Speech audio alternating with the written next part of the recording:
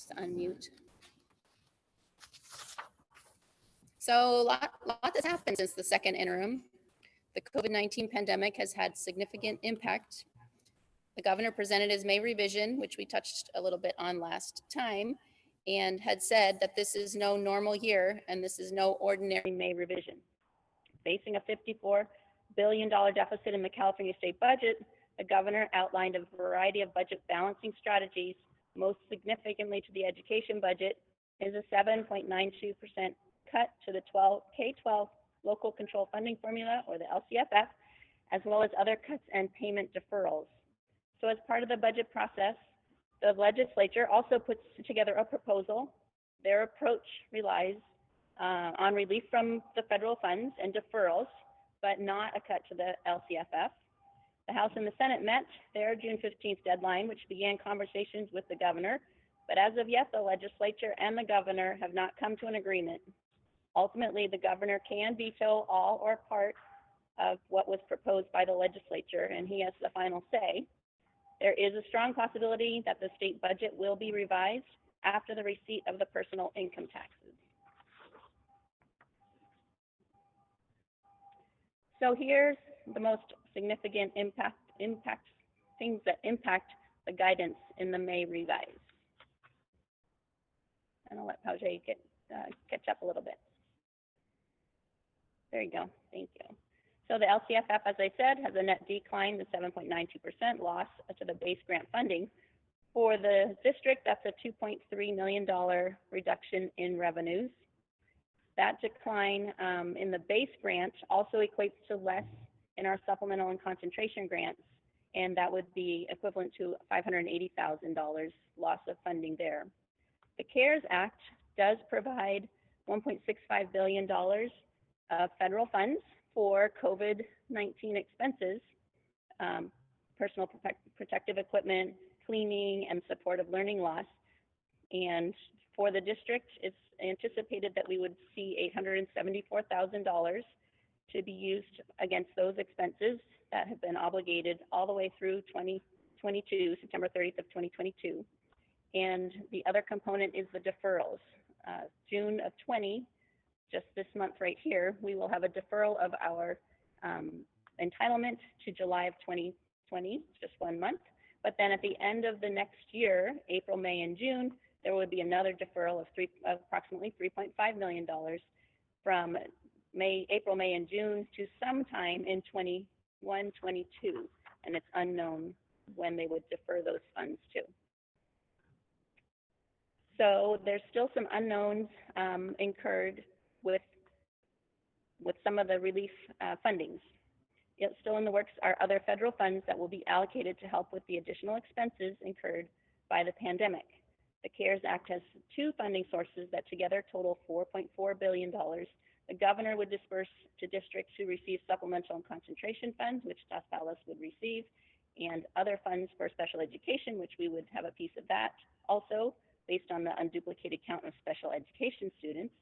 But the Senate suggests to distribute the funds across the board according to the LCFF funding formula. Of course, we'd still receive funds if that was the case too.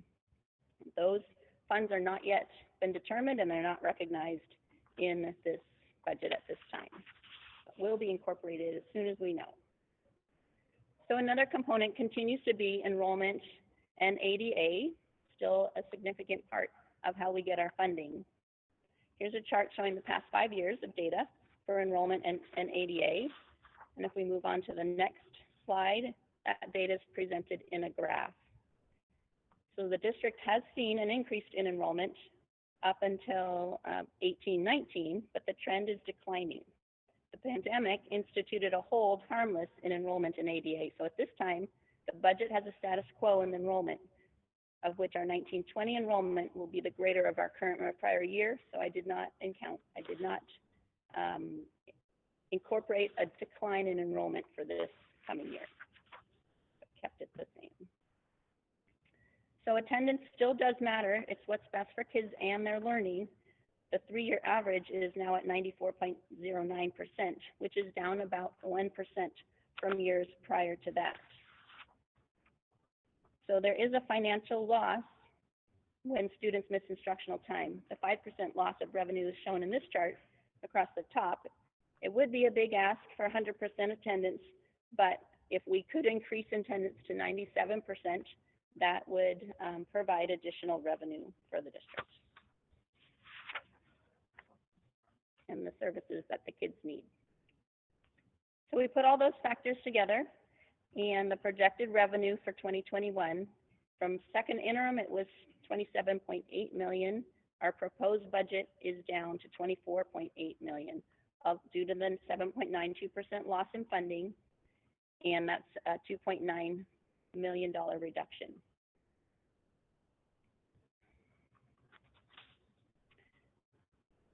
I would like to point out that this is a worst case scenario, but Dos Palace is in a position that allows for some time to implement changes.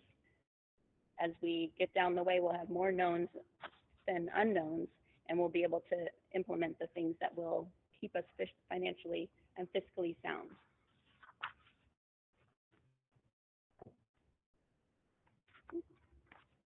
So I think, let me look. Mine are out of order.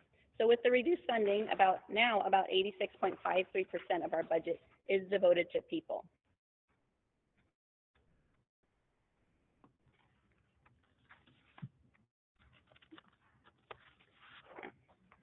The people budget has benefits attached to the salaries, STRS and PERS for one.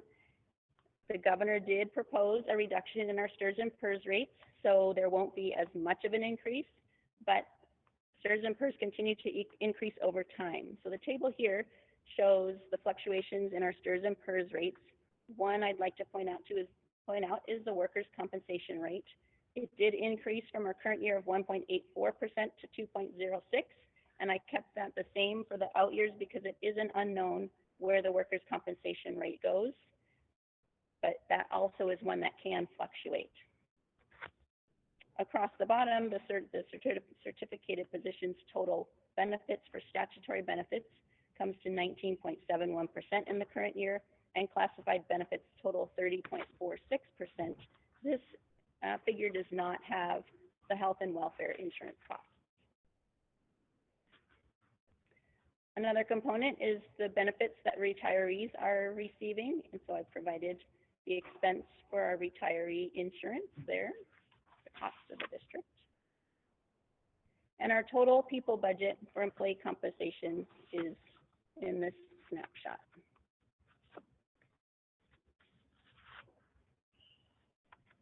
There are other expenses in the budget, and those are listed here. They fall into the categories here, and these have significant adjustments where possible. These accounts will be monitored closely because there are significant budget changes from prior year.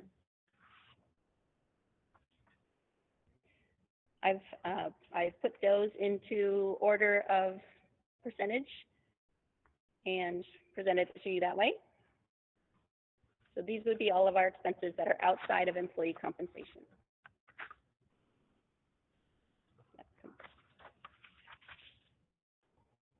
Putting the whole general fund expense budget together is pictured here. Included in the district's expenditures are budget for the LCAP actions and services as they were identified in the 1920 fiscal year. Due to the pandemic and the inability to meet with stakeholders, the deadline for the 2021 LCAP, which is the beginning of a new 3-year cycle, will be in December. So that will be brought forward for approval at that time. But just know that we will continue to be carrying out the services in the LCAP, and they have been budgeted. So now let's look at the impact on the fund balance. Fund balance is the funds that remain in the account after revenues have been received and expenses have been paid. Based on the budgeted amounts, this shows the estimate of where we will end this year and the budget for next year and 2 subsequent years. One other document that I would like to share in conjunction with this is the balances in excess minimum reserve. So I'll have Pajay pull that up for your review.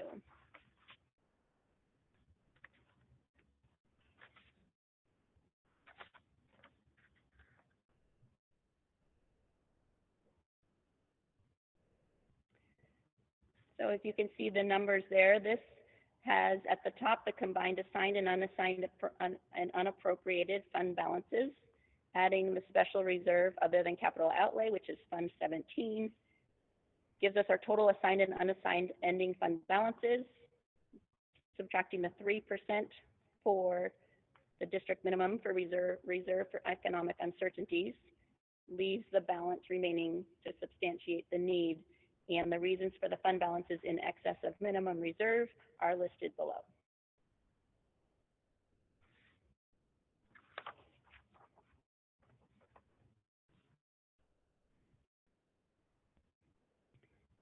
At this time, this concludes my overview of the 2021 budget. Are there any discussions or questions? I like to add, I know that, you know, what brings up today is basically worst case scenario. And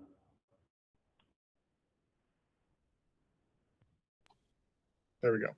Do you want to mute yourself now? I'm sorry. So Ms. Kopinski put together a basically a presentation demonstrating the worst case scenario.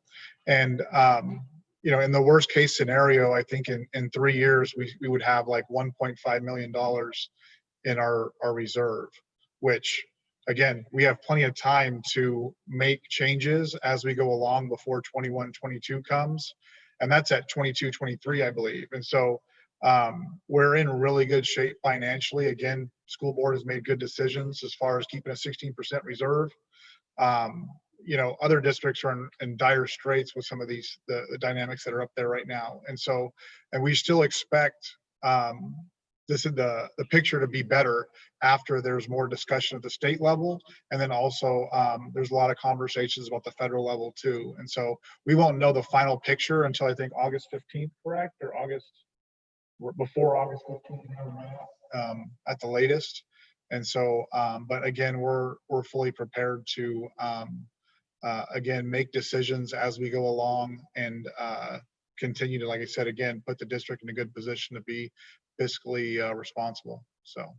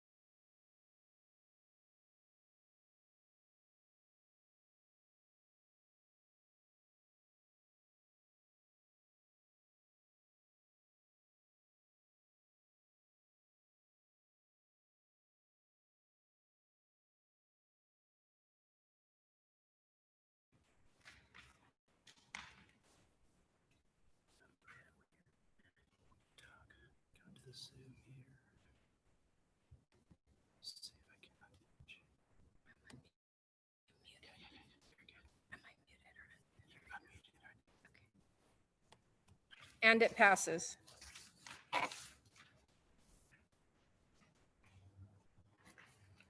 Action items 10.1 COVID-19 operations written report. I need a motion and a second. Moved by Mr. Bonds, second by Mr. Mraz. Dr. Miller? Yeah, this was a report that was basically a requirement of COVID-19. Basically, Lalo, I know he created the report, but it's basically about special populations of students, how you're educating special populations of students, and just students in general during the COVID-19 pandemic. And basically the plan outlines everything that the district did associated with distance learning. And so it's a requirement for COVID-19 reporting. So, Okay. Are there any questions for Mr. Lopez or Dr. Miller? This looks like just kind of an appendix to the LCAP, really, or is it just, it's completely separate? Is it part of the LCAP? I don't think it's a part of the LCAP, is it? It is a report that we are required to write. I want to say it's instead of the LCAP. The LCAP has been extended the deadline until. That's what I'm saying. Is it kind of an addendum or thought of like that, or is it just? Yes, you could say it's an interim report. Yeah. As to what the district did to support students during this during the school closure time. That's what it is. Basically, there are three main components of it. The first one is what was the plan to continue delivering academic services to the kids, which in our case we did it to distance learning. The second component of it is the what we did to support special populations such as English learners, students with IEPs, socioeconomically disadvantaged, and so on. The other component is the our program for school food services and how we deliver those, continue delivering those services during school closure. And the last component will be the what we did for student supervision.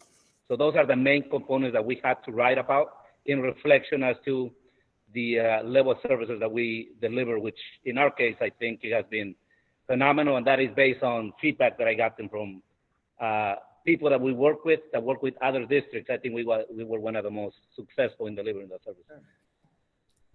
Thank you. Any other questions? Call for the vote.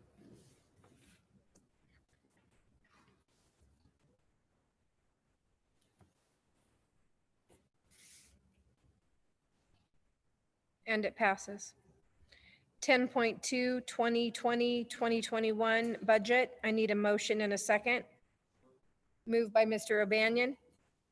Second by Mr. Chase. Mrs. Kilpinski.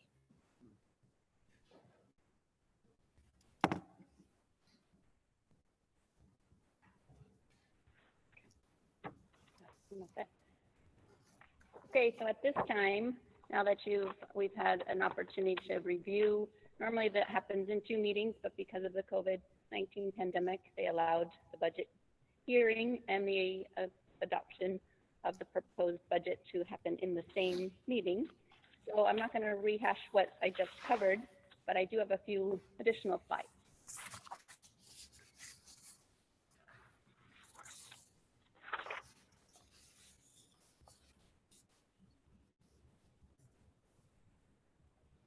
Yeah, yes, please, the other one.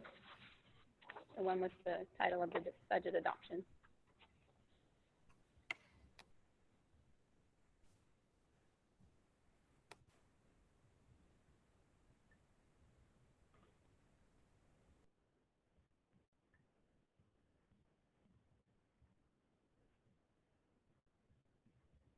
There we go. Okay, so the budget the budget adoption does include more than just the general fund. So I've given you a snapshot of the other funds that are in our district budget.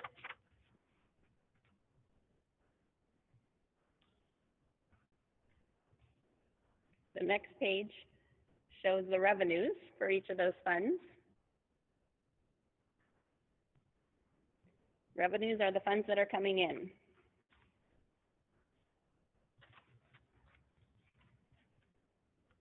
Next page. With all those funds, they incur expenses. Those are the funds that are going out, except for Fund 17, which has no expenses.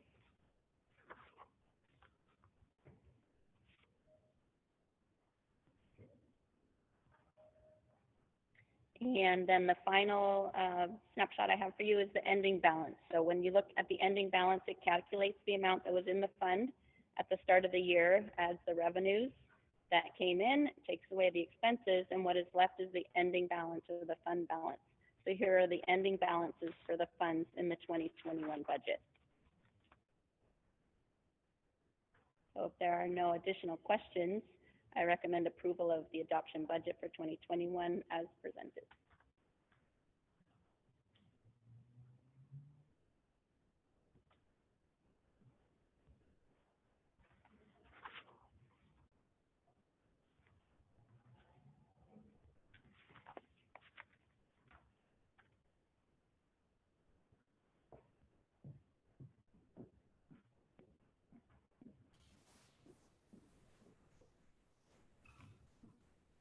Call for the vote.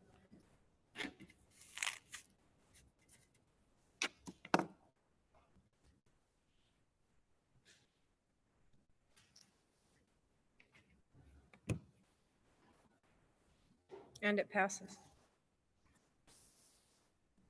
10.3, 2020, Notice of Election and Specifications of the Election Order, Resolution 19-2017. I need a motion and a second. Moved by Mr. Bonds, Second. second by Mr. Chase.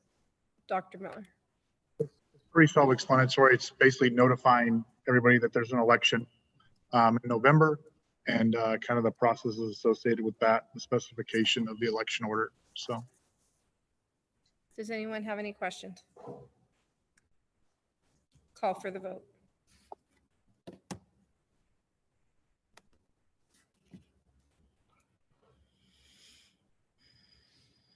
And it passes.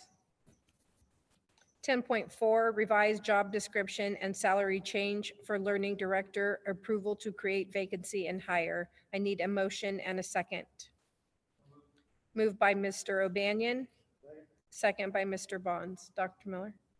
So there's been because Bryant Middle School has been recognized as a CSI school, a comprehensive support school, we have been allotted one-time grant money to address the academic or have an academic focus to provide supplemental services and other items to Bryant. And so with the money, part of the money, we would like to create and hire a administrative position that's more of an academic focus in comparison to an assistant principal. The salary and benefits is exactly the same as an assistant principal. However, this position would have more of an academic focus, and the grant money would be utilized. Part of the grant money will be utilized for this position. And then depending on if it's a success or not, it would be something that we would make a determination at the end of the year if we would want to keep that position or go back to the assistant principal focus. And this individual will also be in charge of discipline as well? The end it depends. This piece of it is really focused on academics. Can they involve themselves in discipline? Yes, but that's the purpose of a learning director instead of an assistant principal. There's more of a focus on academics, developing teams, PLCs, really looking at data, coaching teachers, things like that. The principal, we've had internal discussions, and the principal will be more focused on the discipline side of things based on his skill set. But both will be involved in all of it. So. Okay. Any questions? Call for the vote.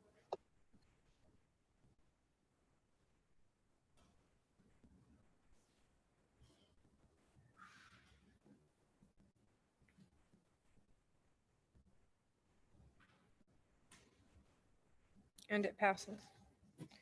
10.5, 10.6, and 10.7 have been removed from the agenda. 10.8, adoption COVID-19 special release policy update. I need a motion and a second, please. Moved by Mr. Chase, second by Mr. Mraz. Dr. Miller?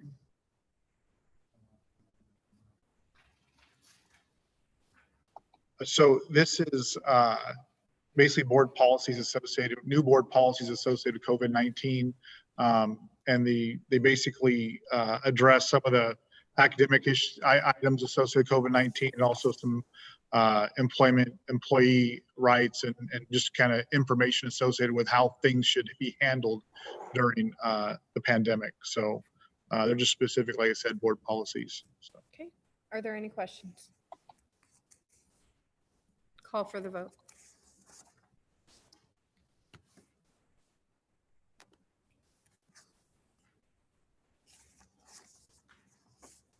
And it passes.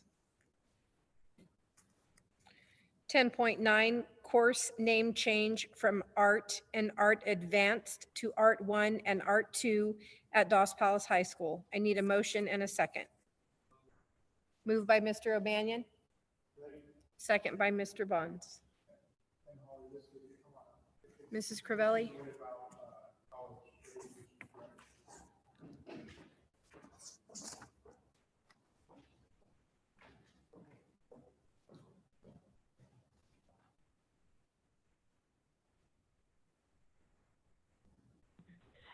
Hi, good evening. Good evening. So technically, right now we have art and then we have art advanced, and a lot of students take the art advanced class thinking it's an advanced class, like a 5-credit class.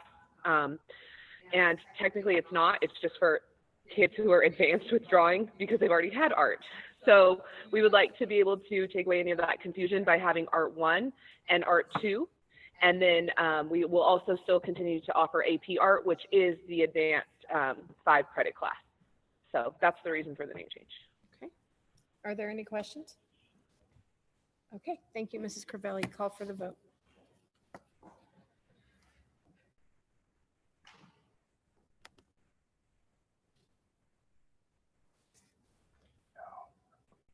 And it passes.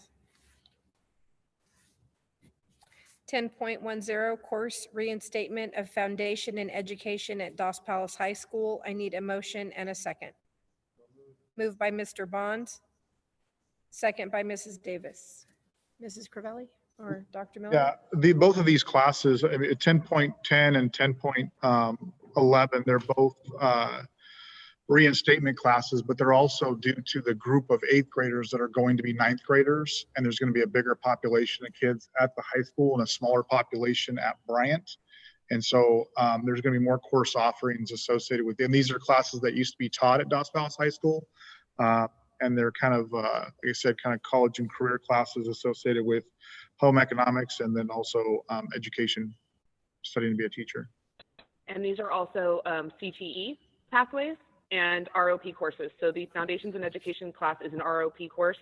So it will be a block period, therefore its own standalone pathway. And then starting with Culinary 1 this year, it'll be the beginning. And then to be a pathway, you have to have 2 in a sequence. So then we'll add 2 next year and create another pathway for college and career readiness. Okay. Are there any questions about 10.10? Okay, let's call for the vote, but don't move. Call for the vote.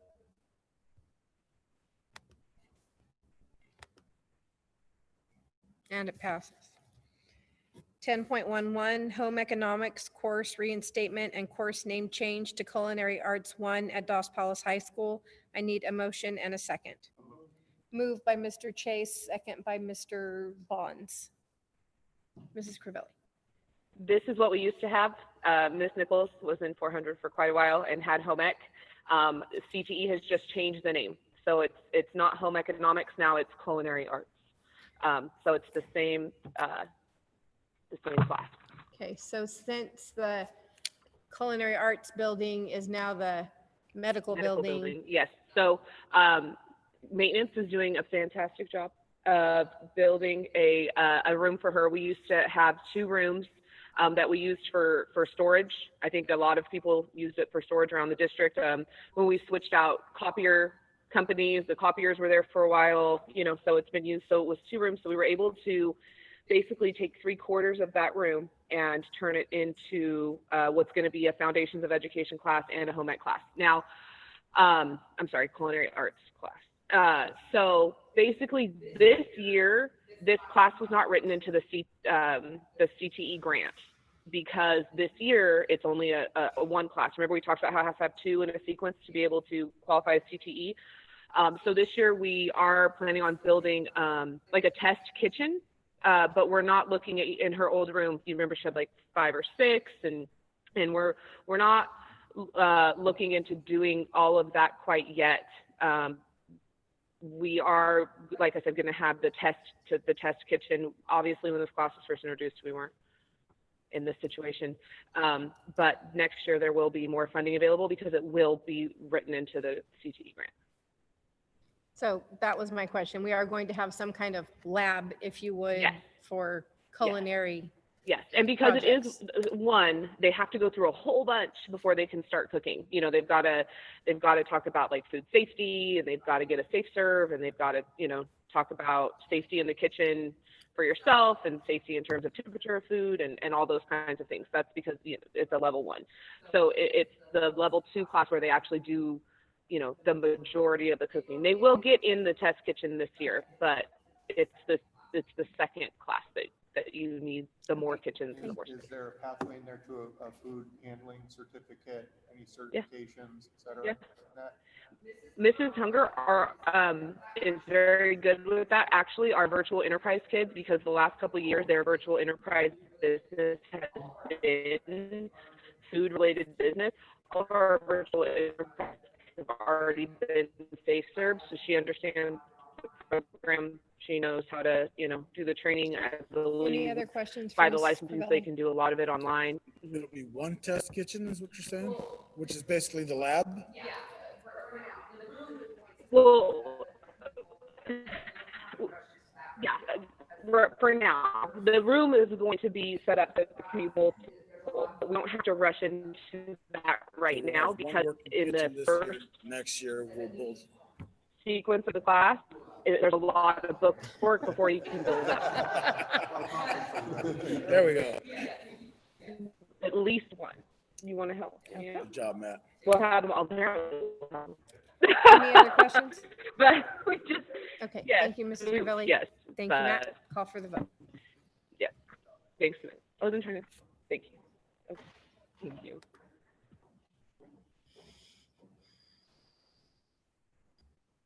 And it passes. 10.12, prep buyout, extra pay for extra duty. Anthony Merced, athletic direct support, Bryant Middle School. I need a motion and a second. Moved by Mr. O'Banion, second by Mr. Moraz. Dr. Miller? So if you recall, at the last board meeting, we approved Mrs. Lalandis to be the athletic director at Bryant Middle School. However, our goal is to groom and grow somebody there at Bryant to eventually take over the next year or 2. And so we have discussed with Mr. Merced the opportunity to continue to grow his aspirations of being an athletic director. We want to train and grow him. And so part of his 6 periods be a 7-period day, but he'll teach 6 periods, and then his prep will technically be bought out during 7th period, and he can set up games, prepare the referees and things like that, and be under the tutelage of Mrs. Lalandis during that time. And then also potentially we're talking about having maybe a couple of student advisors to help them out, because there's a lot of setup that goes into volleyball, soccer, and some of these other games that the competitions that they have. And so Mr. Merced can kind of get his feet wet with being an athletic director. So. Any questions for Dr. Miller? Call for the vote.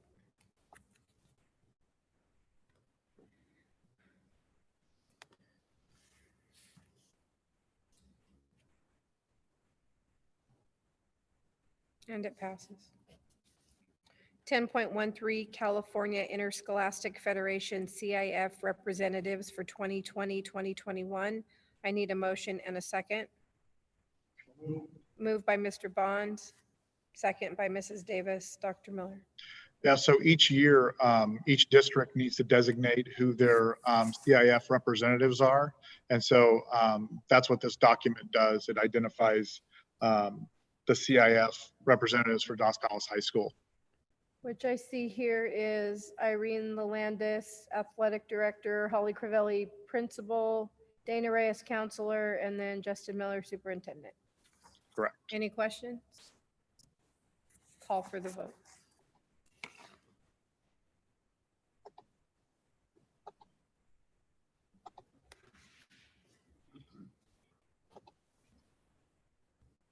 And it passes.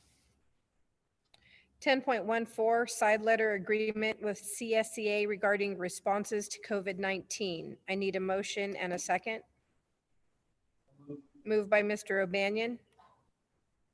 Second by Mr. Mraz.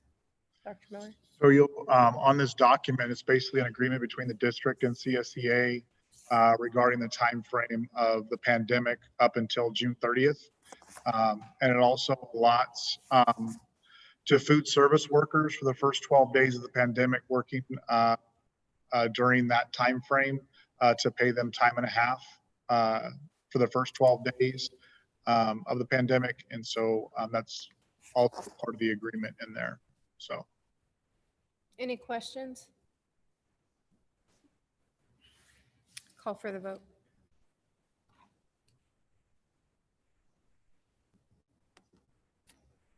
And it passes.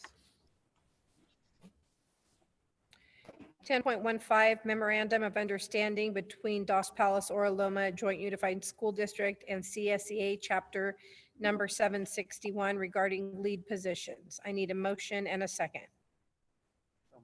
Moved by Mr. Chase, second by Mr. Van Werth. Dr. Miller. So after we've restructured maintenance operations and transportation. And so part of that is lead positions in the 3 departments of grounds, transportation, and maintenance. Also developing a bus driver trainer position, and then also a lead mechanic position as well. And so these are not necessarily going to be new positions because these are going to be internal only. And then the positions that the internal folks fill, those positions will go away. And so it's basically going to be a 1-for-1 change. But again, it's about the structure of the department and then also in line with similar successful school districts. So this isn't in addition to, this is a restructuring mechanism of exactly the people restructuring that were already employed. Yeah, and the people that are already employed will fill these positions. But again, it's just a restructure. There'll be an interview process. There'll be diverse panel and conduct interviews. The best candidate will be selected. Okay. Basically be competitive position. All listed, right? Yep. Any questions? Okay, call for the vote.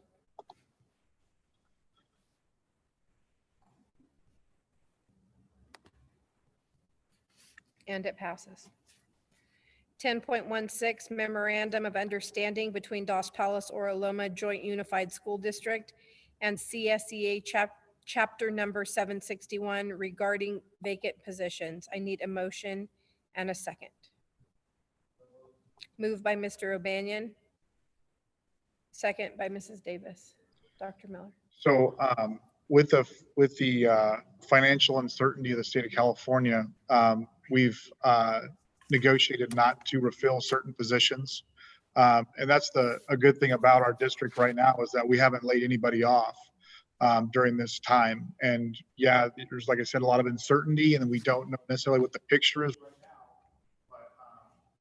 but the opportunity to not refill some positions and protect our current employees is going to be successful for us. And so we're not refilling the office aide position at Bryant, the office aide position at Dos Palace High School, the family support position in preschool, and those one of the positions, but my computer just died.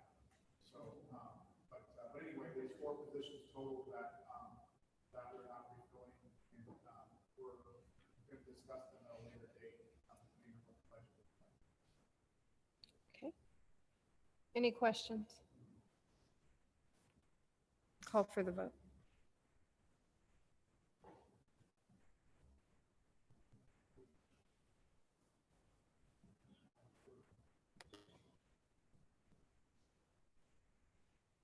Are you going to get a charge for it? I have a charge for it, just like, Mr. Mraz, are you able to vote?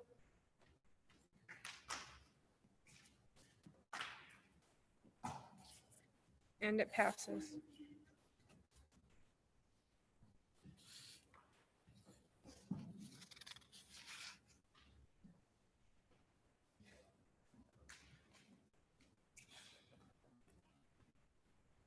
Are you good, Dr. Miller? yeah, we can keep going. Okay. 10.17, this item has been amended. Program Director, Dos Palace Preschool. I need a motion and a second. Moved by Mr. Bonds. Second. Second by Mr. Chase. Dr. Miller. So, if you guys recall, Graham Burke's always hired, did a great job for the position was posted, and the successful candidate was, Virginia Franco. Virginia Franco was the, FSS, family support specialist at Dos Palace Preschool, for 3 or 4 years, and, so she will fill the position. Okay, any questions? Call for the vote.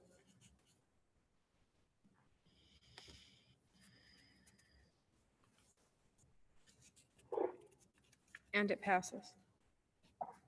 10.18, preschool contract and resolution number 19/2018 regarding state child development preschool program. I need a motion and a second. Moved by Mr. O'Banion, second by Mr. Bonds. Dr. Miller? This is basically a contract that the district has with CPE, and basically the funding source that we get for. Okay, any questions? Call for the vote.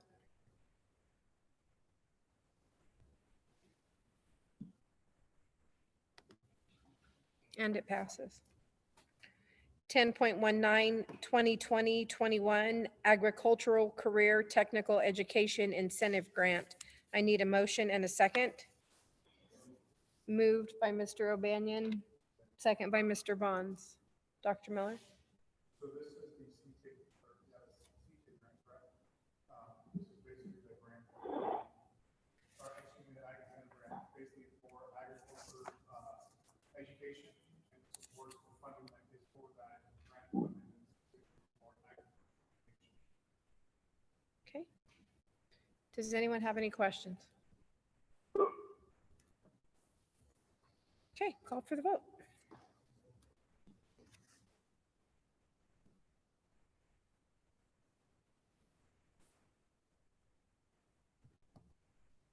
Here we go.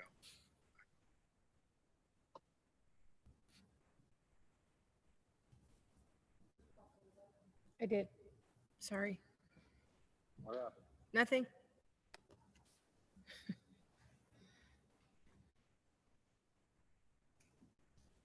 And it passes. 10.20, extra pay for extra duty CSEA training. I need a motion and a second. Moved by Mr. O'Banion. Second by Mr. Bonds. Dr. Miller? So this is a mandated training, at the school year. And so I guess in the past, they've done both days to support this, this training, but this year, this is going to be an extra pay for training.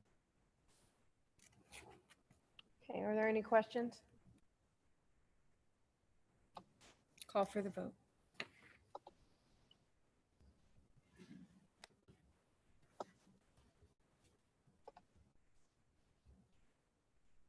And it passes.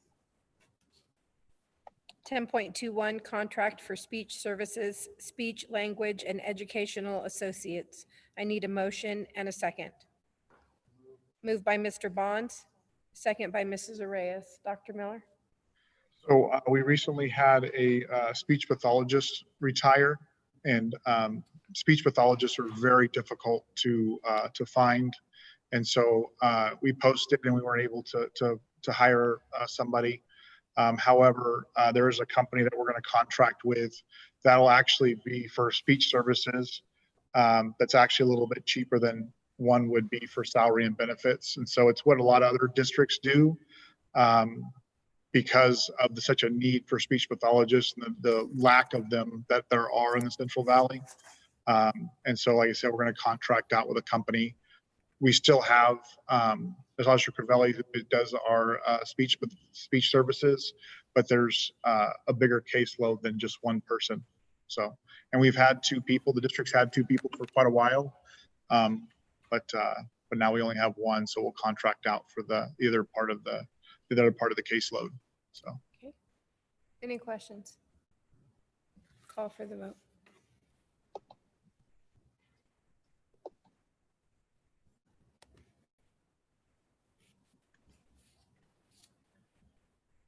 And it passes. 10.22 psychologist intern district recommended candidate Carla Gomez. I need a motion and a second. Moved by Mr. O'Banion, second by Mr. Mraz. Dr. Miller? Yeah. So last year, if you guys recall, we started a psych intern position.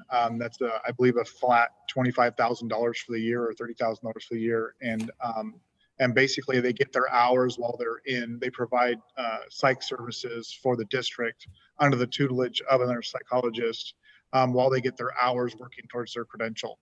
And so this is basically that position, and then the successful candidate for that position.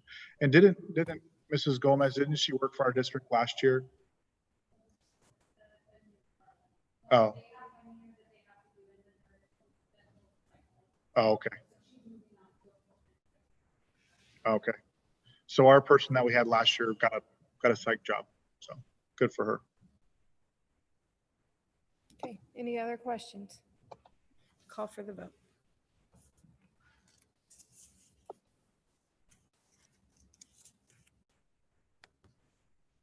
And it passes. 10.23 custodian, Bryant Middle School, recommended candidate Sam Hammerslaw. I need a motion and a second. So moved. Moved by Mr. Chase, second by Mr. O'Banion. This is a refill. Bronson Sullivan vacated this position, and so we conducted interviews and hired Mr. Sam Hammerslaw. Okay. Questions? Call for the vote.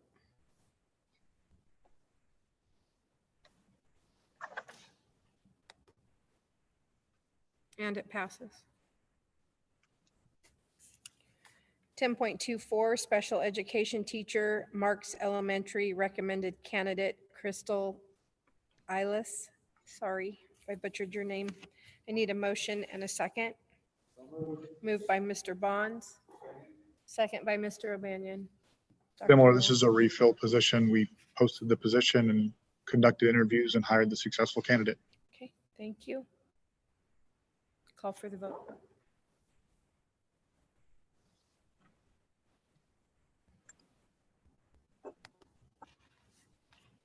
And it passes. 10.5 cafeteria server, Dos Palace Elementary School, recommended candidate Alma Chavez. I need a motion and a second. Moved by Mrs. Reyes, second by Mr. Bonds. Dr. Miller? Similar, Alma Chavez was actually a substitute for us for a long time, and now she interviewed for the position and was a successful candidate for the server position. Questions? Call for the vote.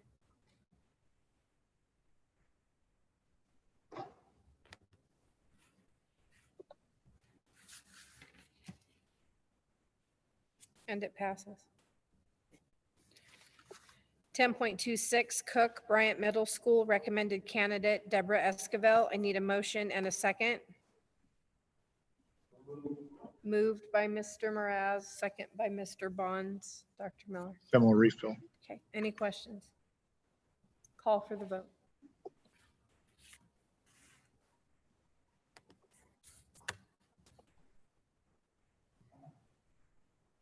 And it passes.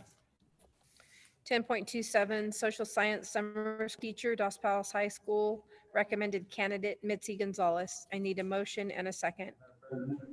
Mr. O'Banion?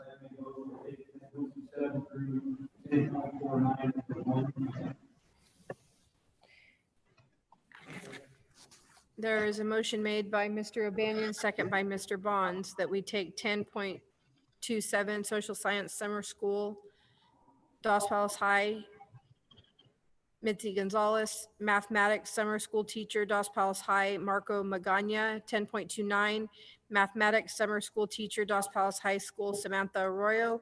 10.30, mathematics summer school teacher, Dos Palos High School, Kelly Wilson. 10.31, mathematics summer school teacher, Dos Palos High School, Kenneth Hamill. 10.32, summer school secretary, Dos Palos High School, Andrew Montez. 10.33, English summer school teacher, Dos Palos High School, Katie Miller. 10.34, elementary summer school teacher, recommended candidate Pat Gonzalez. 10.35, elementary summer school teacher, recommended candidate Claudia Ramos. 10.36, elementary summer school teacher, recommended candidate Trita Stotts. 10.37, elementary summer school teacher, recommended candidate Abigail Jacobo. 10.38, elementary summer school teacher, recommended candidate Claudia DeHaro. 10.39, elementary summer school teacher, recommended candidate Jamie Cantrell. 10.40, elementary summer school teacher, recommended candidate Faye Saccio, I apologize. 10.41, elementary summer school teacher, recommended candidate Rita Witron. 10.42, elementary summer school teacher, recommended candidate Martha Zepeda. 10.43, elementary summer school teacher, recommended candidate Kristen Flores. 10.44, elementary summer school teacher, recommended candidate Norma Zavala. 10.45, elementary summer school teacher, recommended candidate Margie Henderson.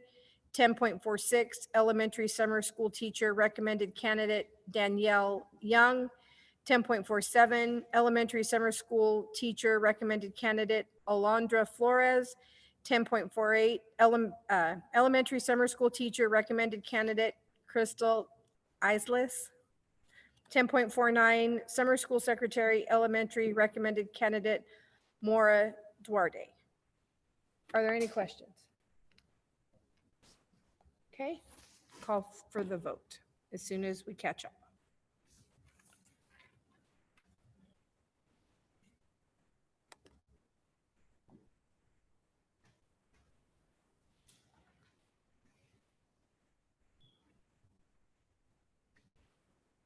Are you able to vote, Mrs. Arias?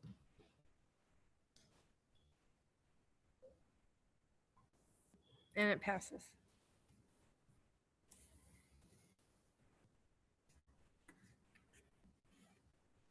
.50, elementary teacher, Marks Elementary, recommended candidate Anessa Guerrero. I need a motion and a second.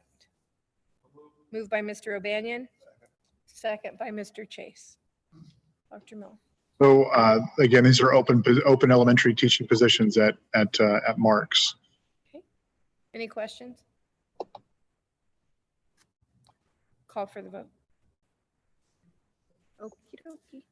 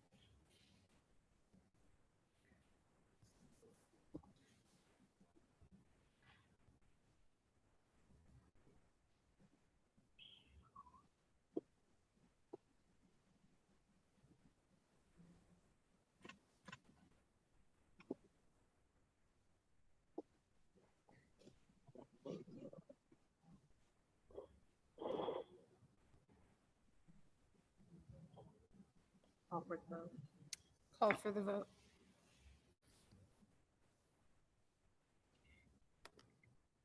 And it passes. 10.51, elementary teacher, Marks Elementary, recommended candidate Kristen Flores. I need a motion and a second. Moved by Mr. O'Banion. Second by Mr. Bonds. Dr. Miller. Similar, this is another vacant position at Marks that will be refilled. Mrs. Flores worked at Marks last year, reapplied for the position and was a successful candidate. Okay. Any questions? Call for the vote.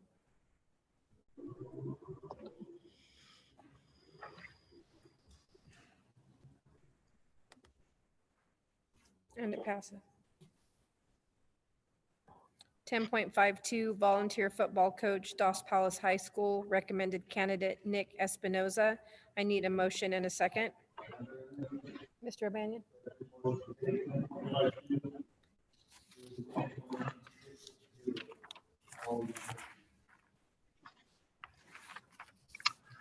There is a motion to take. Is there a second? Second by Mrs. Davis. Oh. What are you pointing at? Oh, I'm sorry, I didn't hear you. Second by Mr. Chase. We are taking 10.52, volunteer football coach, Dos Palace High School, recommended candidate Nick Espinoza. 10.53, volunteer football coach, Dos Palace High School, recommended candidate Ron Correa. 10.54, cheer assistant coach, Dos Palace High School, recommended candidate David Jacobo.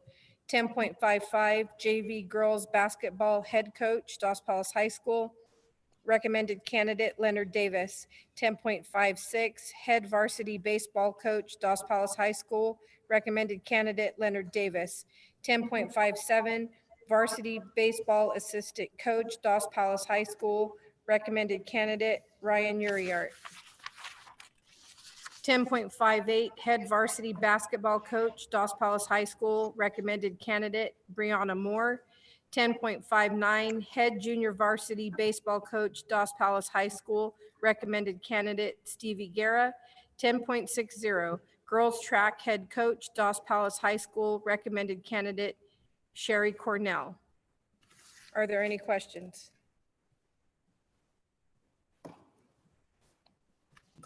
Call for the vote.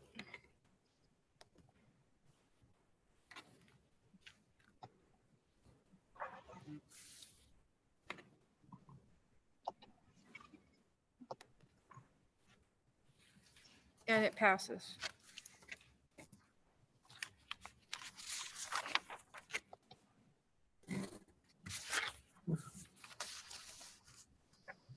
(10.61) technology plan. I need a motion and a second.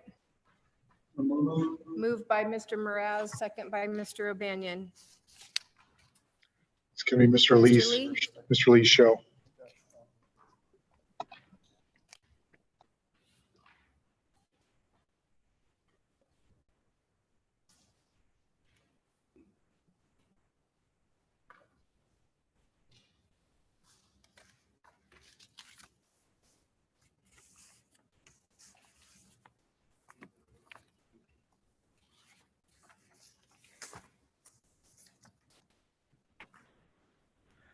All right, as you may recall from the last board meeting, that's more of a informational.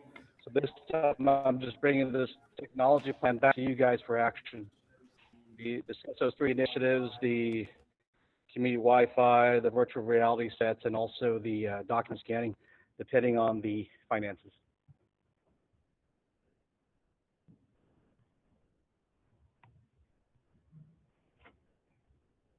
Yeah, that's it.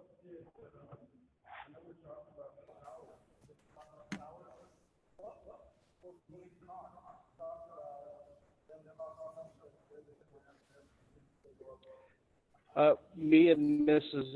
Kopinski are still working on those numbers for you. We'll get those numbers to you. We are working with two companies right now. I don't have a definite answer. They have gone up. Of course, everybody's trying to get those, right? And so, as you can imagine, the demand is now lower, so the supply is going to be, the demand's higher now, supplies are going to be limited, so yeah, they will go up. I would imagine, and once again, this is more of a funding issue. I'd imagine that hopefully state and also federal government will assist with E-rate as well to make this happen. I don't have exact numbers for you as of now. I will get those to you.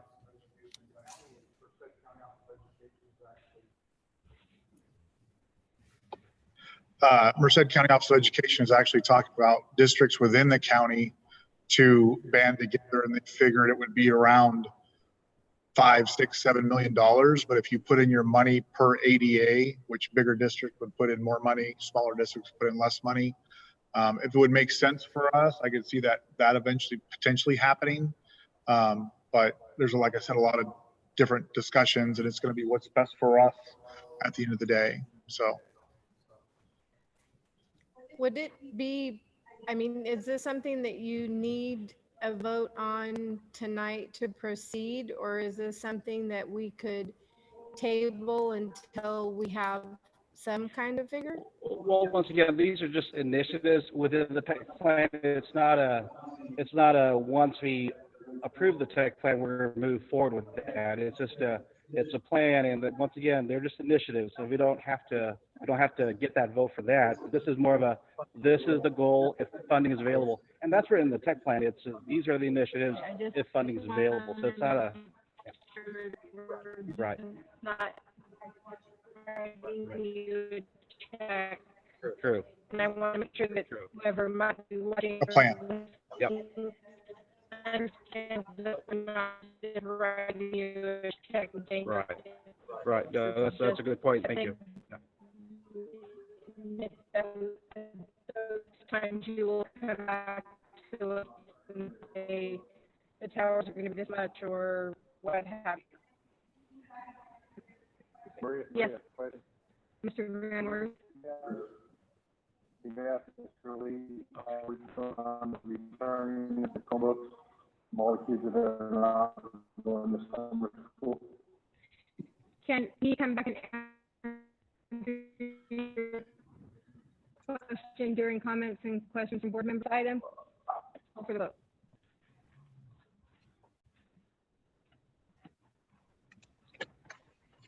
And it passes.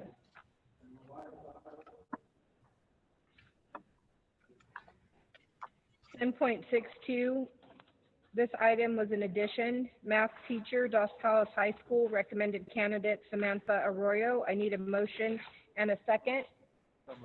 Moved by Mr. Chase, second by Mr. Bond. Mr. Miller. So again, this is a vacated position, Dos Palos High School. We conduct interviews, and Mrs. Arroyo is a successful candidate. Okay, thank you. Any questions? Call for the vote.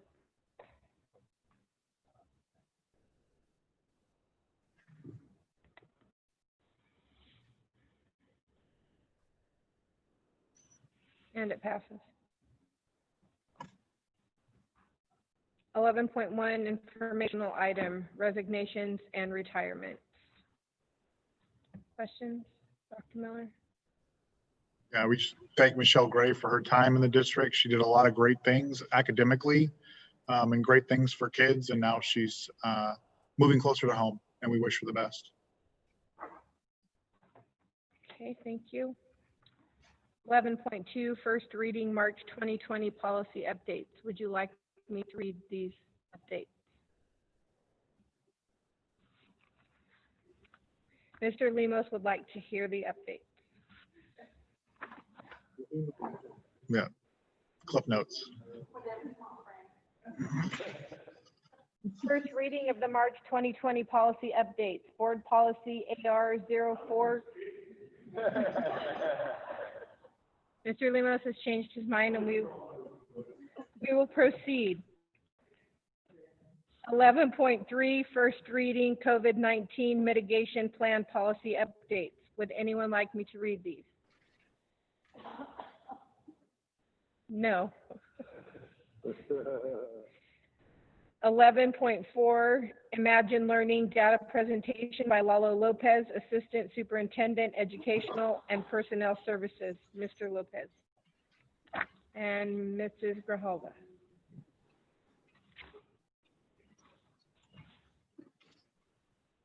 All right, so this is what I know about John. I have somebody to help me out. Director of EL Services and Student Achievement is going to be making the presentation, but before she does that, just if you get an opportunity to review my written report, there is a PowerPoint.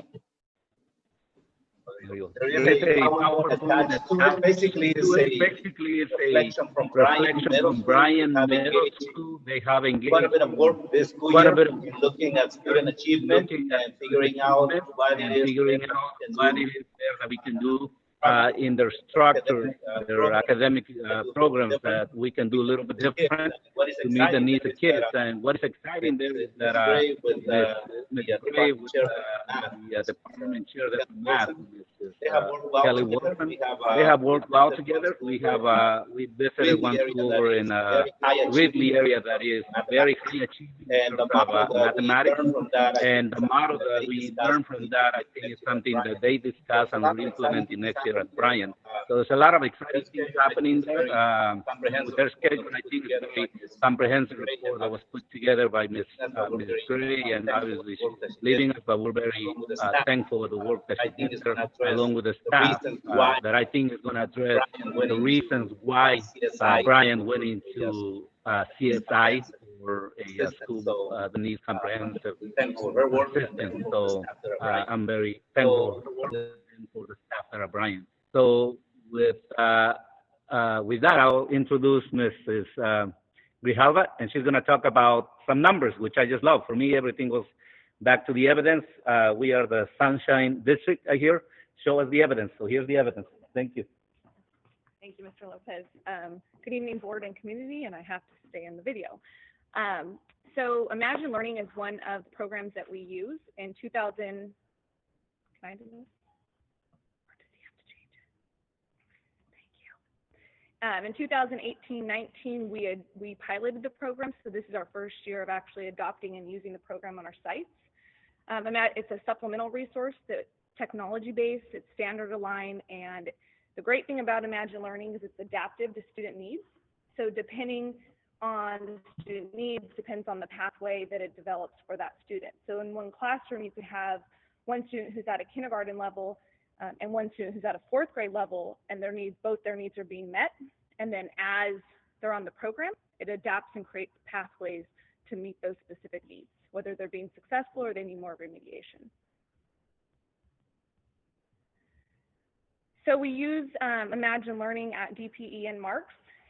Some of our students also use it at Bryant and Community Day and Westside, limited amount depending on their needs. And then something we didn't really anticipate, but it was a great tool in our distance learning because our students can access the program from any device. So we built that into our program, and students were able to continue their pathway while they were at home. So that was great. So we have 1,130 students using the program right now. And from about September to, I think we'd stopped this at March, the report, they were on it for a total of 24,430 hours.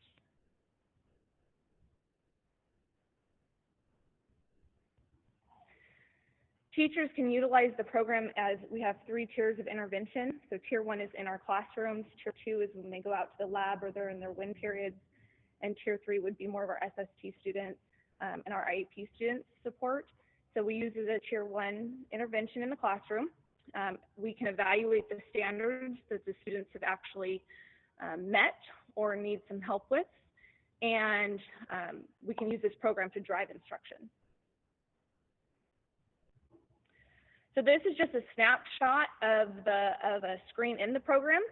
These are called action areas, and this is the K2 level screenshot, and it's looking at phonological awareness.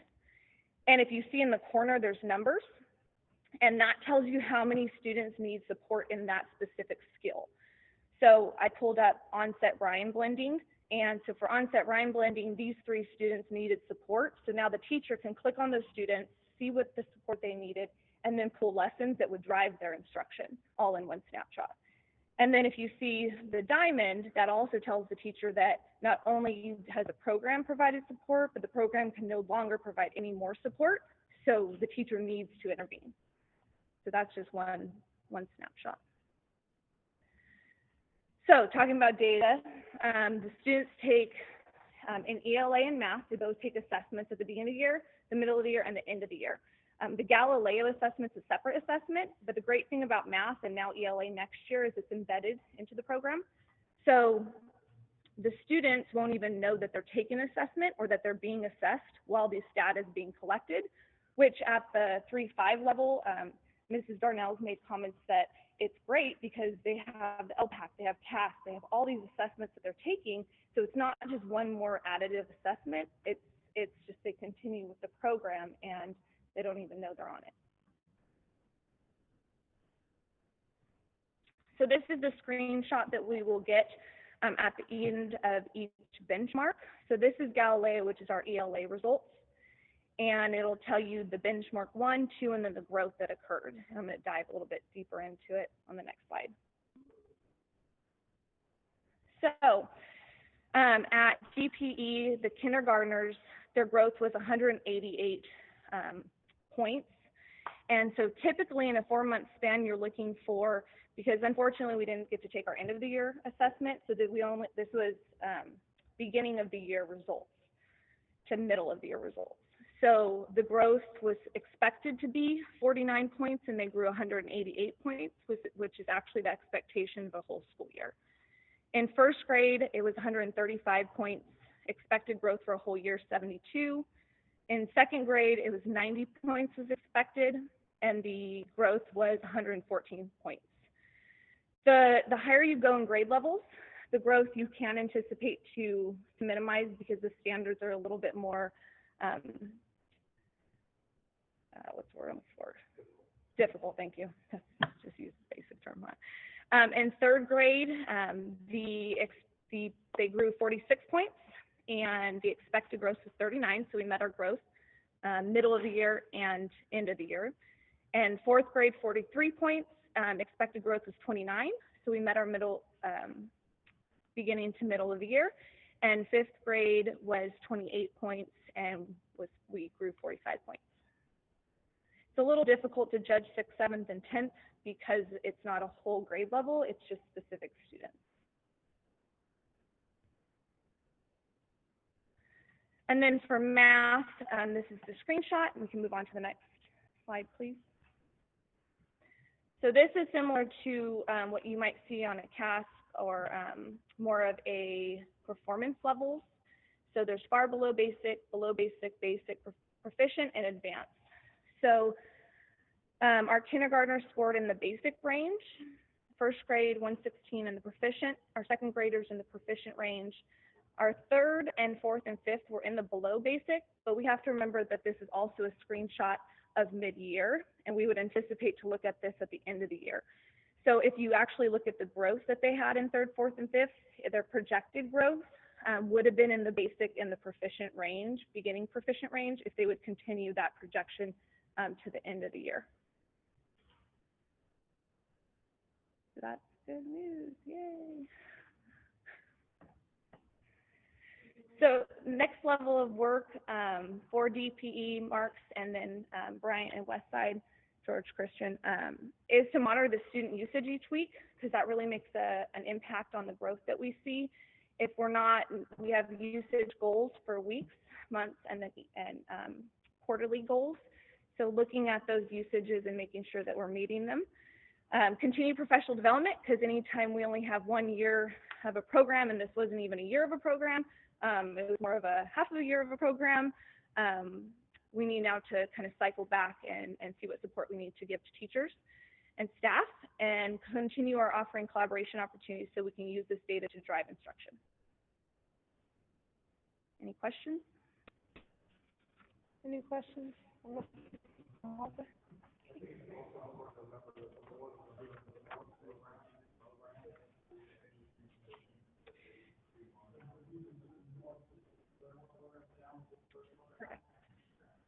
And we can see the usage they do at home and the usage at school. So districts that are successful with this also have eliminated a lot of their homework, and this is what goes home with them. And so their an option is doing this for homework.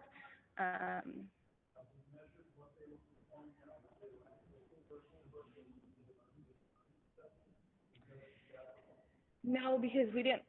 They didn't advise us to give the assessment at the end of the year because it could be skewed depending on. It was difficult to know exactly who was on the program, so we don't want to skew our results and say, oh my gosh, there was all this growth, or there wasn't growth, and we didn't find out that the 5-year-old was actually on the second grader's computer. So it's just we wasn't advised. But when we come back, we'll definitely do an assessment at the beginning of the year, and then we'll be able to see the growth there. Any other questions? Thank you, Mrs. Verhoeven. Okay.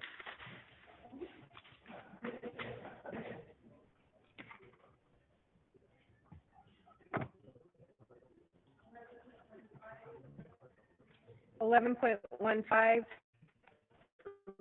reopening school. Dr. Miller.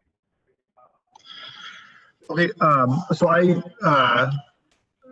first off, I want to thank the principals, Lalo, all staff members in the district that have been collaborating. We're kind of in the initial phases right now of developing reopening plans, but there's been a lot of collaboration, a lot of discussion with the different bargaining groups. Sergio has been very involved in all of our Zoom meetings associated with reopening, and it's been,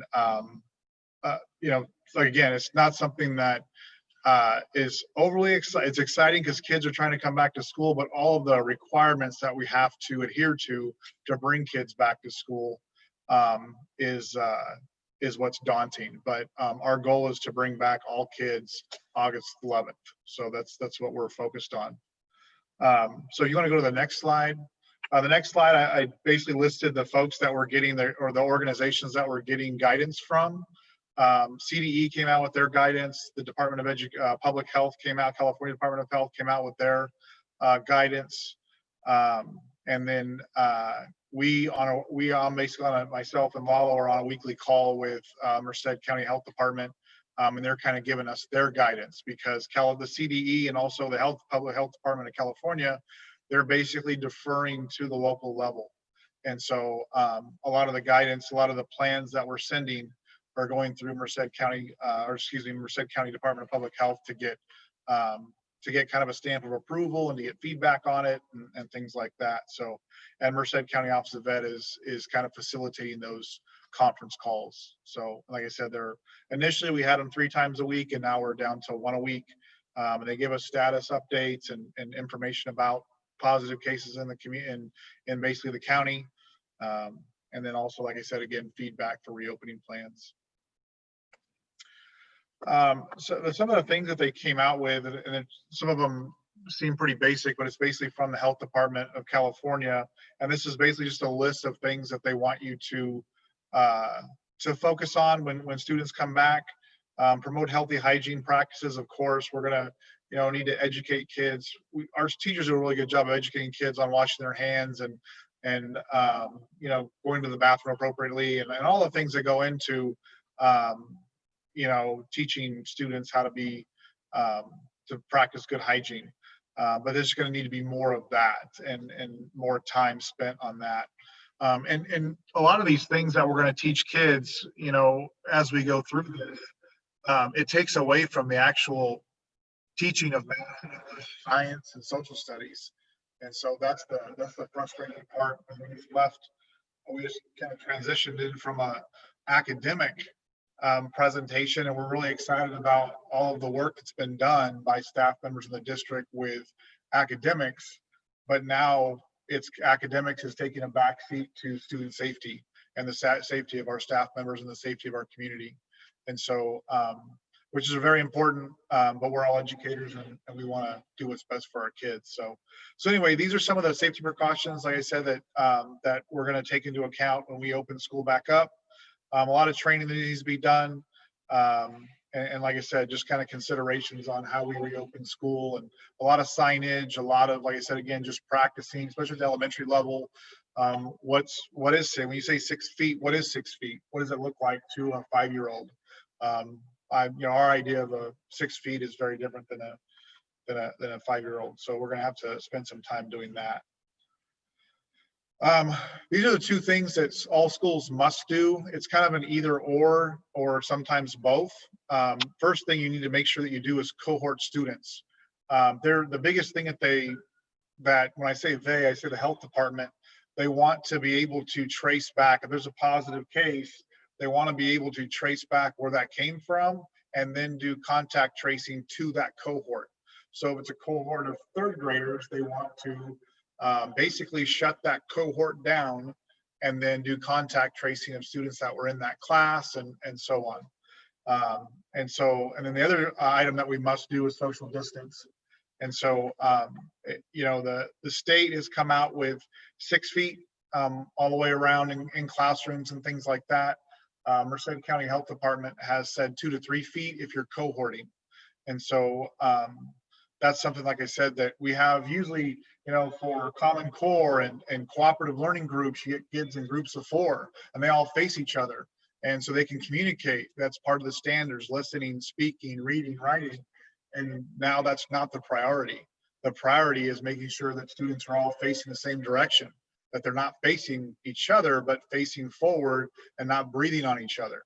And so, and then also one of the requirements was to preferably have the teacher's desk in the back, so he or she's not breathing on the students. And so there's all these little intricate things that's kind of recommended.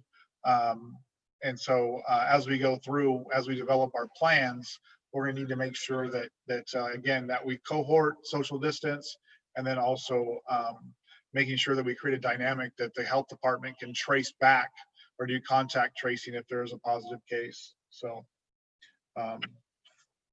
so there are a couple models, and there's, reopening model option number 1 is like I said, the traditional model: bring all kids back and have them on campus. And it's the most normal for kids. It's what we all want. It's what parents want. It's what kids want. But again, it's going to be with specific, I wouldn't say restrictions, but specific guidance on how students come back, how students move through a school site, how they go to lunch, everything, how they sit in the classroom, what time they arrive, how they get on a bus.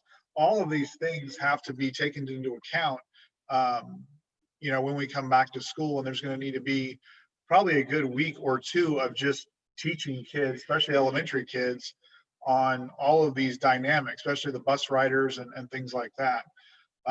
They're saying that 1 student per seat. Merced County Health Department is actually saying 2 kids, preferably 1, but if you have to do 2, you can do 2, but all kids must wear a mask. And they have to do hand sanitizer on the bus and hand sanitizer coming out of the bus. That's actually on a later slide. But anyway, if we, when we come back, traditional model, it's going to be a lot of those teaching and coaching models when the kids come back. Reopening option number 2 is basically a blended model. Kids would be on campus 2 days a week, and they would be off campus 3 days or 2 days a week, and then a day in the middle for kind of distance learning and teachers doing what they did during distance learning. So they'd be on campus 2 days. Usually it'd be an A and B cohort. A would come on Monday, B would come on Tuesday, and then skip Wednesday, and then A would come on Thursday, and then B on Friday, or vice versa. We could pick any day for the Wednesday or put it on the Monday or whatever. But anyway, basically the reopening option is a kind of a blended model. Again, it's just like I said, seat time instruction, and there would be some kind of distance learning structure also for that. And again, we know our kids are best served while they're with us, while they're with role models, adults that are focused on their education. But again, these might be guidelines that we have to adhere to. So, and then reopening option 3 would be kind of the complete distance learning model that we did abruptly in March. And so this is, again, we know for a fact this is not what's best for kids. And it's a model that teachers didn't like, students didn't like, parents didn't like, but it was, like I said, again, kind of a stay-at-home mandate order by the state government. And so it's something that that we had adhered to. So so anyway, we did a great job. Again, I can't say enough about our IT department, teachers, everybody that came together. I would put what our district did during that time against any other district, and I would like to compare apples to apples and see what our staff did and what our kids did during that time period, because everybody stepped up. It was just kind of what's next, and we just deal with it and move on. It was impressive to watch, so, and be a part of the team. So and then other items to consider, I talked about transportation a little bit. You know, there's going to need to be again some coaching with the transportation piece and how kids get on a bus, how kids sit on a bus, the mask wearing and things like that. Matt has done a really good job of securing a lot of hand sanitizer. We're kind of stockpiling that. We're also stockpiling face masks, and we're just kind of buying a little bit over time, and so we build a stockpile when we start school, so we're ready. So you know, we're making sure that we're adhering to all the requirements. And then extracurricular activities. I know a lot of the teams have started practicing, and there's been guidance recently put out by CIF. Irene has been coordinating with CIF and also the coaches to try to develop practice guidelines. Those were recently sent out. Coaches are taking daily attendance of which students are at practice and which students aren't for contact tracing purposes. And so, and again, it's really about cohorts. It's really about cohorts and developing cohorts. So there'll be a bus cohort. So if you're on route 4 or 5 or 6 or whatever it is, that would be your bus cohort. If you're in the 3rd grade, you're in a 3rd grade cohort, and you don't necessarily interact with any 4th graders or 5th graders at Marks. It would be, like I said, limiting any kind of contact. And so again, they want to do that for contact tracing purposes. So anyway, there's still, it's still early. There's still a lot of work that needs to go in. We have 2 meetings, Zoom meetings set up next week. One, and again, we have kind of 2 plans, one for elementary, because the setup for elementary and secondary, they switch classes. Elementary, they stay in classes all day with the same teacher. And so the dynamics are different. And so, like I said, again, we're going to have plans for each school site, but there is going to be kind of a secondary focus and then a elementary focus. And then, and again, we're going to, like I said, start developing plans. We're looking at different things from different districts and kind of seeing what they're doing. I being in contact, like I said, again, with the health department. I sent an email to the health department yesterday. They've already responded back to me with kind of insight and guidance on a particular plan that I wanted to bounce off of them. So they've been really good. But yeah, it's something that is unforeseeable. But again, we're going to attack it. We're not going to sit back and say, oh, well, we're just going to accept this or accept that. We need to have our kids in school, and we're going to do everything we can to get it done. So.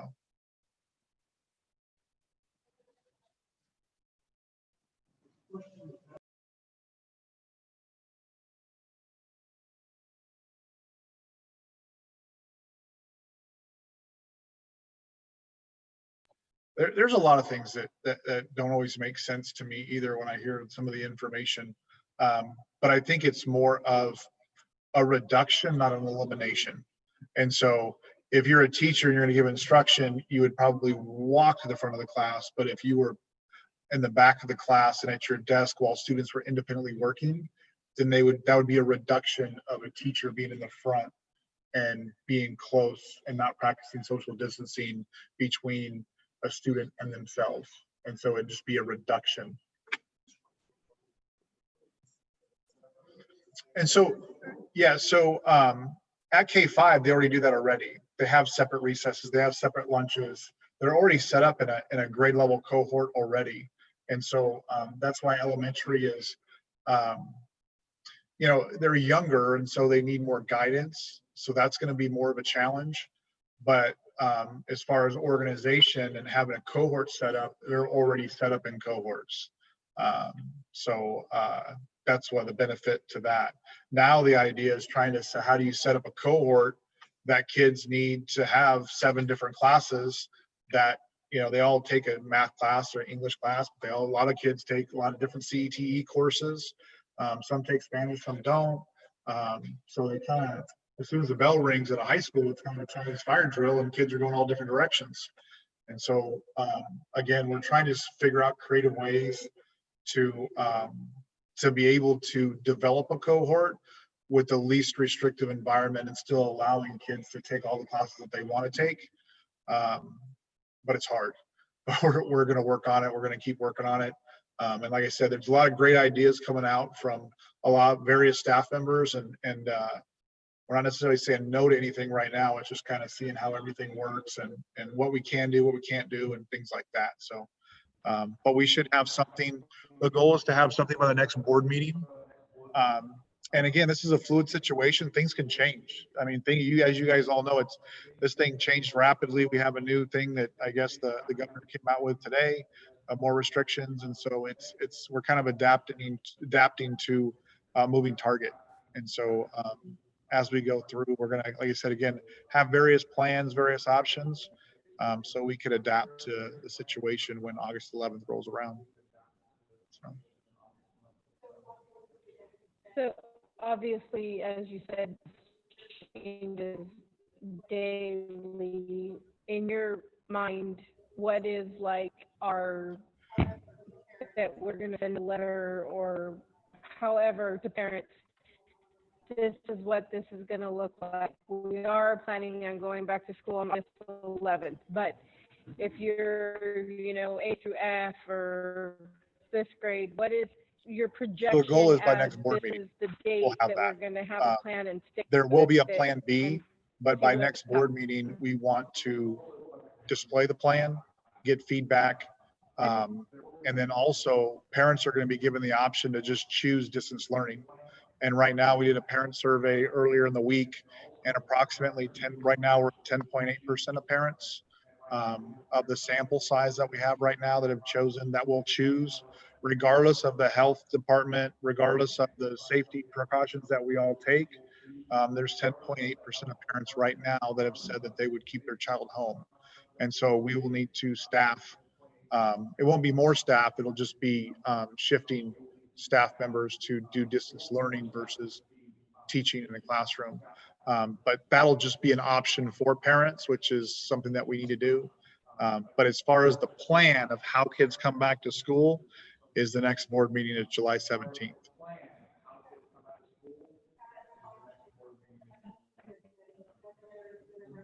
So that option. They haven't said anything about ADA. They haven't said anything about instructional minutes. They haven't said anything. Like it'll be a surprise when we get there. Or so, yeah, I appreciate the question.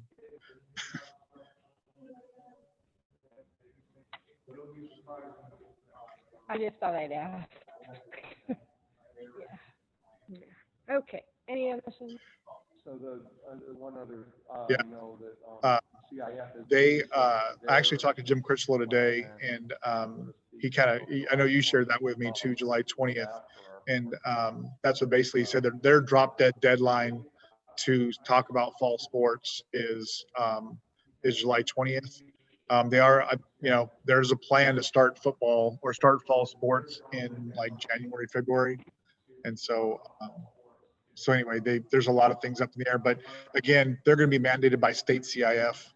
And so they're going to respond based on what state CIF tells them. So we're part of the central section and we have guidance there for our region, but they're going to be at the mercy of the state CIF and their attorneys.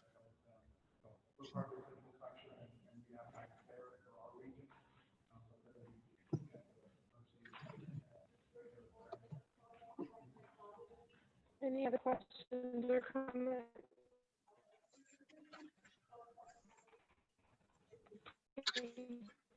Thank you, Dr. Miller. Written report, 12.1 technology, 12.2 food services, 12.3 health services, 12.4 maintenance operations and education, 12.5 special education, 12.6 education personnel services, 12.7 school. Does anyone have any questions? Okay. 13.1 fiscal cash debt update presented by Melissa Kilpinski, Assistant Superintendent. Especially bringing up the cash flow, that's the green with the green, would be great. Or that one. So this is the cash flow that goes with the adopted budget for next year. It's a different format, but this is the one that the county office has provided for us to use in order to provide for extra flexibility. It is handy. It's colorful. It has the nice the little graph below, so I do like that. If it's too confusing for to see this month after month, I welcome feedback on that. But that would be what would be presented each month next year.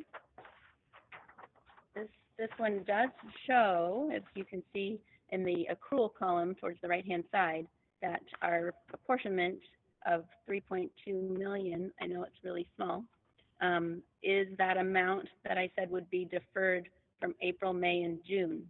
So when that amount is just owed, looking down in that column, that's the working cash on hand that we have to deal with in order to meet our financial obligations until we get that, the cash that was deferred.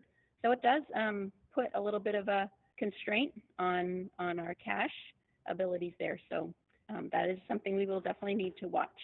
It's not that our fund balance is the same, it's just that that's the level of cash we have on hand when we experience a deferral of the apportionment.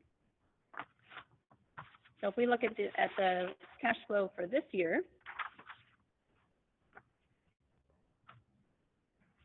we're experiencing that same scenario this month in June, where an accrual of $2.2 million has been deferred until July. So we will get the apportionment in July, but normally we would have that in June.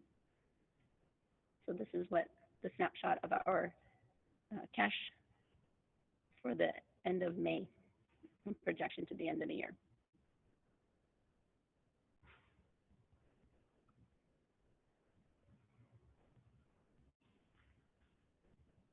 Any questions?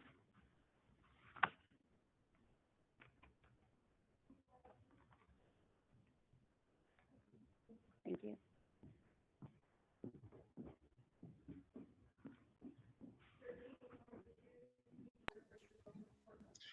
I- 13.2 superintendent report, Dr. Miller. Okay. No, I just, again, I know there's still a lot of work to do, but I just thank everybody for their collaboration and their time and energy and kind of trying to think outside the box as we try to reopen schools. And again, I just, like I said, we're technically out of school right now, but there's still a lot of work to be done in the short term. And so there's going to be a lot of folks that are going to be working extra time and things like that. And I really appreciate everybody's energy and our goal of reopening schools. Again, it's something we didn't expect, but it's something that needs to get done, and we're gonna take care of it. So, and again, I think that we just recently, also the graduations were fantastic. I thought the Dos Palace High School graduation was fantastic. We had a great Sergio did a great job announcing names. There's a lot of energy at the high school graduation and also at the George Christian graduation. Those kids felt the love as they left, and they showed the love back to the staff. And so it was just a great event, and the pontoon boat was even better. And so it was just a great event. Really, it was different. Didn't know what to expect, but it was fun to watch. And so that was good. And I know that, it's into the school year, but it still feels like, there's, like I said, again, there's still so much to get done.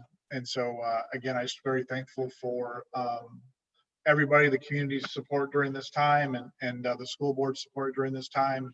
And it's, again, we're going to reopen schools and we're excited about it. So. Thank you, Dr. Miller. 13.3, report from board members, Mr. O'Banion. Mr. Bond, Mr. Chase. I just want to second my appreciation and the town's appreciation for the efforts that everybody has put through to get through all of this and the continued ongoing efforts to not just survive but thrive. Also, our graduation and commencement ceremonies were very well done and well received. You know, there's a lot of grumbling in advance about them, but I heard nothing really but positive following the ceremony. So thank you to our wonderful administrators who put them on. Frank, punctual and very timely as always. Thank you. Mr. Mraz. Mrs. Array. I was very grumbly about graduation. I'll just admit that, and I will even be a big enough person to say that I was completely wrong.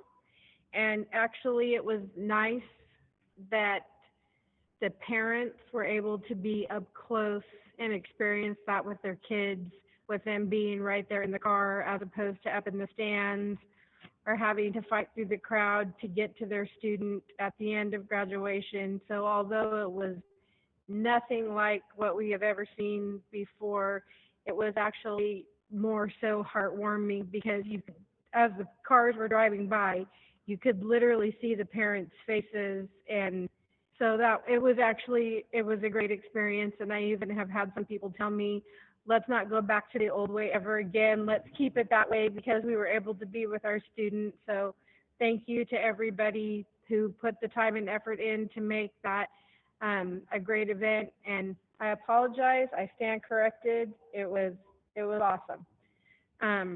Again, thanks to everybody. We just really didn't get a whole bunch of good news, but we are stronger together. And if we stick together, we will thrive. And so will our kids at the end of this. And Matt, the bleachers look great in here. So very welcoming for when we can get back to normal. Thank you all again. I hope you and your families stay safe and have a good summer. Bill?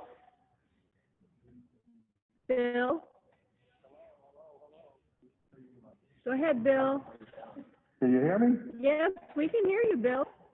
Yeah, I was supposed to get to talk a little bit, but you started cutting me off. So, but I received a text from Mr. Lee that talks about returning the Chromebooks, and if he wanted to share that information, he can. But he gave me all that information to us, and it seems like it's going good on the collection of those things. This was your time to talk, Mr. Van Werth. I apologize if you felt like I cut you off. Yes, I feel like you missed me.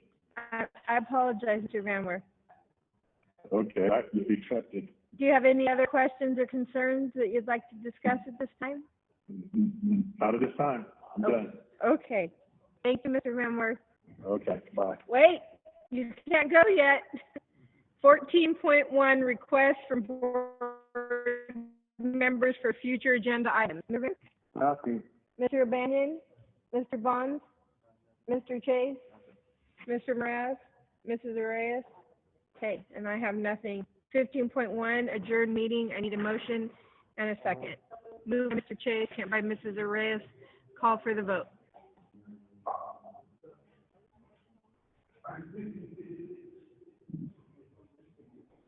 Where are you at?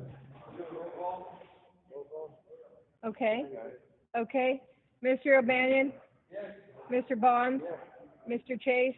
Mr. Van Werth? Yes. Mr. Mraz? Mrs. Arrayes?